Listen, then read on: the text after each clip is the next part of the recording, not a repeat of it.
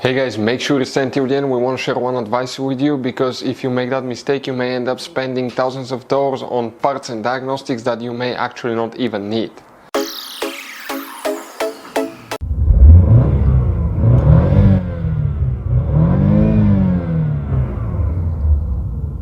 Hey guys, welcome back to Electrical Car Repair Live. Thank you guys for watching and subscribing to the channel. Today will be super helpful video to any of you having a Dodge Charger, that generation here from year 2014 to year 2024. If you have a problem where the transmission does not shift, guys, you wonder what causes that, stay with us, we'll explain. It could be simple fix. Do not spend thousands of dollars on repairs until you watch that video, guys. In addition, if you need to buy replacement parts, choose the good price, quick shipping. That way, do not waste money and time. We'll share information about that in the description of the video below. So let's start on it now. So before we start, guys, let us tell you a little bit about us. Every single car we get here at the garage, we try to make at least 200 to 300 free repair videos. We take them completely apart. We show you how to do almost anything. How to fix engines, transmissions, electrical components, codes, fuses, relays, all that stuff.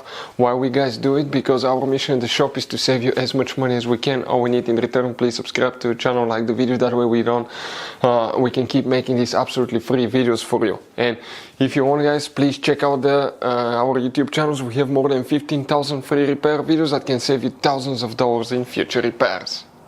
So if transmission does not shift, multiple things can cause that. We'll talk about that. The first thing you want to check is some fuses and relays, because it could be simple fix, and we'll explain what else we see quite often here at the garage. What you guys want to do, we'll work in two different fuse boxes at first. We need to open the hood. That's the first fuse box. You may have a V6, V8, it should work for both. Facing the engine on the left side, that's the passenger side. Next to the engine, you have the main engine fuse box. Press the tabs together here, leave the cover up, and you're going to find a fuse box with a layout like this one here. Before we guys continue, let's explain quickly why it's always a good idea to test fuses and relays. It is, guys, very important to test fuses and relays. On those fuses you cannot clearly see if they're burnt or not, especially you can see in the J-case fuses as well. And if you guys assume, okay, let's say you remove a fuse, you look at it and you assume, guys, that it's actually a good fuse, but it's actually a bad fuse. Sometimes you cannot clearly see that.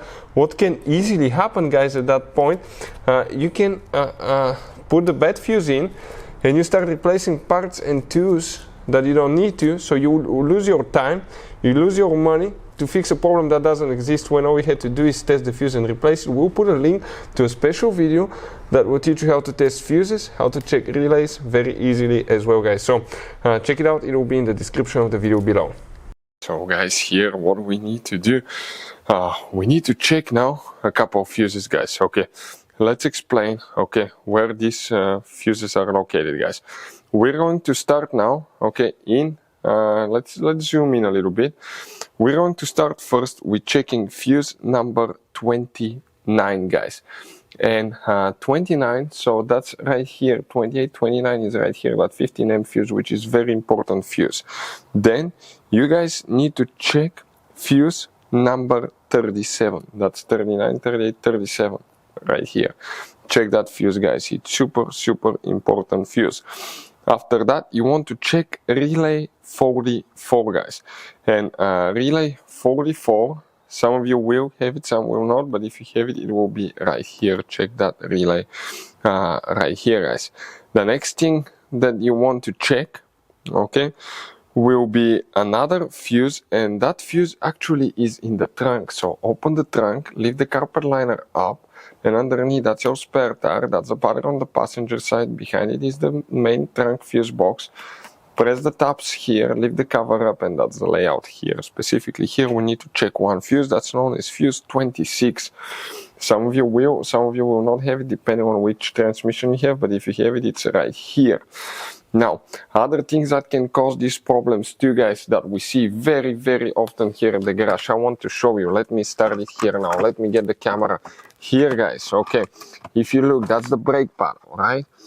In order to shift the transmission, you have to press the brake. Otherwise, you cannot shift. But if you look right here on top, that device, when I press the brake, that's known as brake light switch. That's what detects if you press the brake pedal.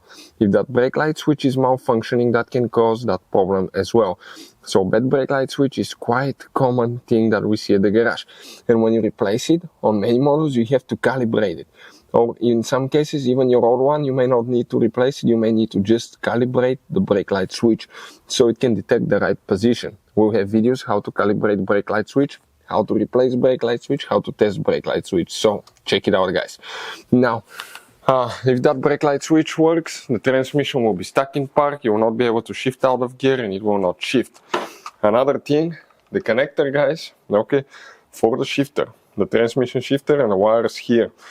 Now if you want to see how to replace transmission shifter, okay, we'll have videos on the channel that will teach you how to do that step by step. Another thing guys that we see at the garage, the brake light switch is controlled by the ABS and traction control module. This one right here. So if you have a bad ABS and traction control module, the transmission may not work as well because it will not detect that the brake light switch is working guys. So bad ABS traction control module or ABS traction control module that's actually not working correctly, you will need to also guys check the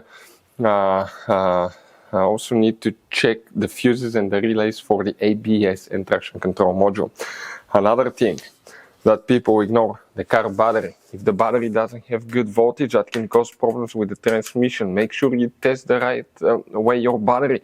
Most people make one common mistake when testing a battery, and we've seen people spend thousands of dollars on new transmission when all they had to do is test the battery the right way. We'll have many videos on our YouTube channels guys, okay, that will teach you all about that. Another thing, of course, it could be mechanical or electrical problem with the transmission.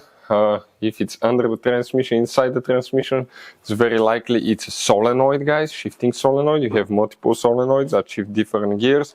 If you want to see how to test, how to replace transmission solenoid, how to replace transmission filter, we'll have videos on our YouTube channels how to do that step by step. But always check the fuses, the brake light switch, the shifter and the ABS traction control module that we see quite often here at the garage.